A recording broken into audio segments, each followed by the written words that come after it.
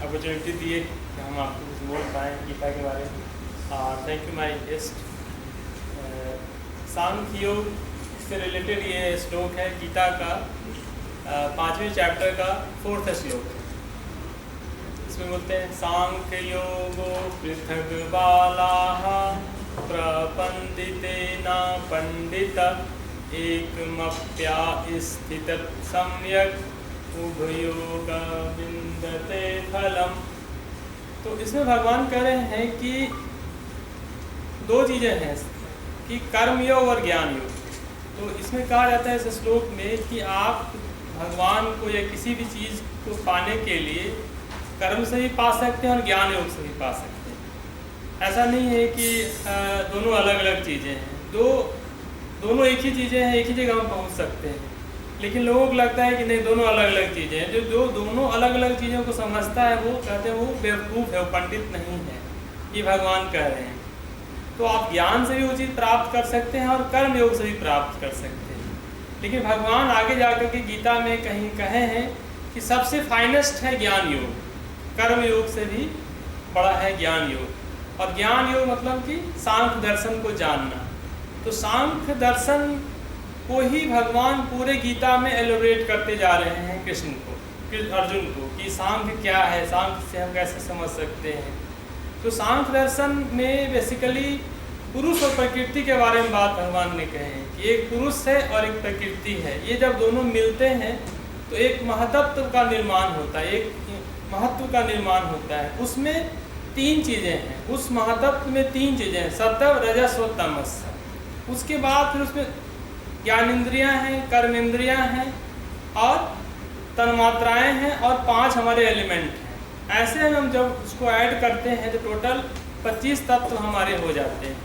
तो सांख्य दर्शन एक कहता है कि आप यदि सांख्य को जानेंगे तो आपको ना लोगों को समझना बहुत आसान हो जाएगा। आप लोगों को अच्छे ढंग से समझ सकते हैं, कर सकते हैं।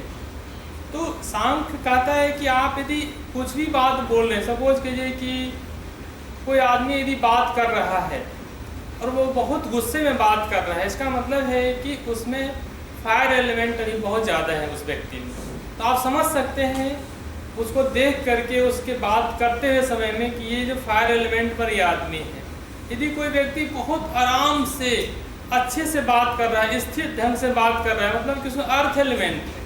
आप अपने जीवन में देखते होंगे कभी कभी कि कोई आदमी यदि कुछ बोलता है तो आप कहते हैं हाँ ठीक है, ये बोला है ना, एकदम सही बात है, एकदम ये कर देगा ऐसा, मतलब कि वो अर्थ एलिमेंट वाला आदमी है कि जो बोला वो एकदम कर देगा। आप देखते होंगे जीवन में कि ऐसा होता है आपको।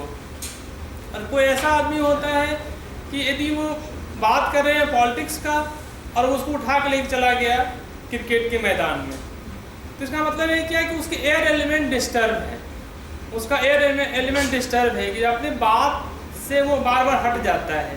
तो जब उसको जा कर के देखेंगे आप तो पाएंगे कि उसका एयर एलिमेंट डिस्टर्ब के कारण ऐसा है। कोई आदमी है जो कि बोले ही जा रहा है, रुक ही नहीं रहा है, मतलब वो वाटर एलिमेंट वाला आदमी है, बहुत जल्दी में बातों को ख़त्म कर देना चाहता है। तो आपको यदि सांख्य दर्शन के बारे में यदि पता होगा तो आप व्यक्ति के उस स्वभाव को पढ़ पाएंगे, समझ पाएंगे कि ये व्यक्ति किस प्रकार का है, क्या बातें कर रहा है, इसका एलिमेंट क्या है। तो ये सांख्य दर्शन कहते हैं ज्ञान योग है ये। और भगवान ने कहा कि सबसे पावरफुल यदि कोई योग है ना तो वो है ज्ञान योग, और वो सांख्य दर्शन को सबसे ऊपर वो बोल रहे हैं। अब आप सिंपल वे में समझिए कि एक यदि इलेक्ट्रॉन में इमोशन होता तो फिजिक्स वाले का क्या होता। यदि इलेक्ट्रॉन में इमोशन होता तो फिजिक्स वाले का क्या होता। हम लोग क्या करते हैं, आदमी को समझाना बहुत कठिन काम है। मुझे ऐसा लगता है कि यदि हम ह्यूमन माइंड को यदि समझाना चाहते हैं ज़्यादा कठिन है फिजिक्स और केमिस्ट्री के अकॉर्डिंग।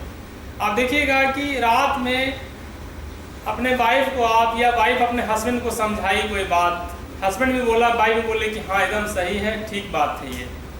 सुबह में उठे तो बोले कि मुझे ऐसा लगता है ना। लो क्या समझे थे रात में भाई। इमोशन जो है ना उसको समझना ज़्यादा कठिन है फिजिक्स से। इसलिए वो राइटर बोल रहा है कि यदि इलेक्ट्रॉन में इमोशन होता तो फिजिक्स वाले का क्या होता है। इसलिए ये श्लोक कह रहा है कि आप ज्ञान और कर्म योग दोनों से चीज़ों को प्राप्त कर सकते हैं, लेकिन उसमें सबसे ज़्यादा जो अच्छा है वो हमारा है ज्ञान योग। और ज्ञान योग मतलब कि सांख्य दर्शन को हम कैसे जानें। और अलग अलग राइटरों ने कहा है, जो गीता का एक्सप्लेनेशन किए हैं, कि यदि किसी को सांख्य दर्शन नहीं आता है, सांख्य योग नहीं पता है, तो अपने आप को ज्ञानी और पंडित नहीं समझे वो आदमी, उसके पास ज्ञान नहीं है, अधूरा है ज्ञान। इसलिए हम बार बार अपने सदस्य लोगों को कहते हैं कि सांख्य दर्शन बहुत अच्छे से पढ़िए। यदि उसको अच्छे से आपको पढ़ना आ जाएगा, समझना आ जाएगा, तो ह्यूमन माइंड को आप अच्छे से समझ सकते हैं।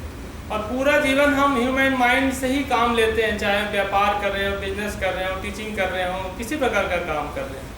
यदि ह्यूमन माइंड को भी मुझे समझना आ गया तो चीज़ें बहुत आसान हो सकता है। Thank you.